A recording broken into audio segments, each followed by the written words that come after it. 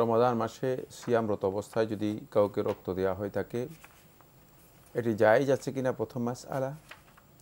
দ্বিতীয় মাসআলা হচ্ছে এই রক্ত দেওয়ার মাধ্যমে তার সিয়াম নষ্ট হবে কিনা।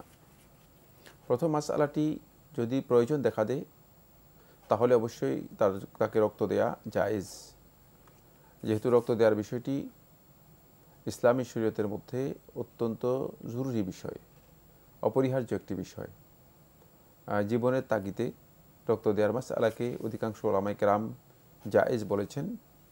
এক্ষেত্রে রক্ত বিক্রি করা জায়েজ নেই, শুধুমাত্র রক্ত ডোনেট করা জায়েজ রয়েছে। বাকি যে বিষয়টি সেটা হচ্ছে যদি কেউ সিয়ামরত অবস্থায় তিনি তার শরীর থেকে রক্ত বের করেন, কাউকে রক্ত দেন, তাহলে কি তার সিয়াম নষ্ট হয়ে যাবে? এই মাসআলার মধ্যে আলেমদের দ্বিমত রয়েছে। বিশুদ্ধ বক্তব্য হচ্ছে এতে সিয়াম নষ্ট হবে না, এতে সিয়াম নষ্ট হবে না। তার কারণ হচ্ছে রক্ত শরীর থেকে রক্ত বের করে নেয়া, এর মাধ্যমে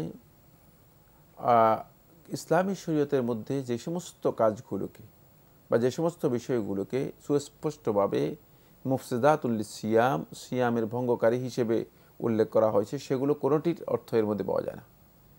মানে যেগুলোর মধ্যে এ কথা বলা আছে স্পষ্ট করে যে এগুলোর কাজে এই কাজগুলোর মাধ্যমে সিয়াম নষ্ট হবে, এর কোনোটি এর মধ্যে পাওয়া যায় না। ফলে এই যুগের অধিকাংশ উলামায়ে কেরাম, মুহাক্কিক উলামায়ে কেরামের বক্তব্য হচ্ছে যদি কেউ রক্ত ডোনেট করেন প্রয়োজনের তাগিদে তাহলে তিনি তার সিয়াম নষ্ট হবে না। তিনি যদি সিয়াম কন্টিনিউ করতে চান তাহলে তিনি কন্টিনিউ করতে পারবেন। তবে কোনো সন্দেহ নেই, কেউ যদি তার শরীর থেকে একটা রক্ত দেন, সেটা এক ব্যাগ হোক অথবা এর কাছাকাছি হোক, তাহলে দেখা যাবে যে শারীরিকভাবে তার একটা বড় ধরনের উইকনেস বা দুর্বলতা আসতে পারে, যে দুর্বলতার কারণে তাকে সিয়াম ভঙ্গ করাটা তার জন্য উত্তম হতে পারে। এক্ষেত্রে উলামায়ে কেরামের বক্তব্য হচ্ছে যদি তিনি এতটুকু ফিল করেন যে শারীরিকভাবে দুর্বল হয়ে গিয়েছেন, তিনি সিয়াম কন্টিনিউ করতে পারবেন না, কারণ তিনি রক্ত দেওয়ার পরে তো অবশ্যই প্রথমে তার শরীর থেকে কিছু রক্ত বের করা হওয়ার অর্থই হচ্ছে তাকে তিনি দুর্বল হয়ে গিয়েছেন। সেক্ষেত্রে তিনি তার জন্য জায়েজ আছে, তিনি এক্ষেত্রে সিয়াম ইচ্ছা করলে তিনি সিয়াম ভঙ্গ করতে পারবেন। পরবর্তীতে সে সিয়াম তিনি কাজা আদায় করবেন, একটি সিয়ামের পরিবর্তে শুধুমাত্র একটি সিয়ামই কাজা আদায় করবেন।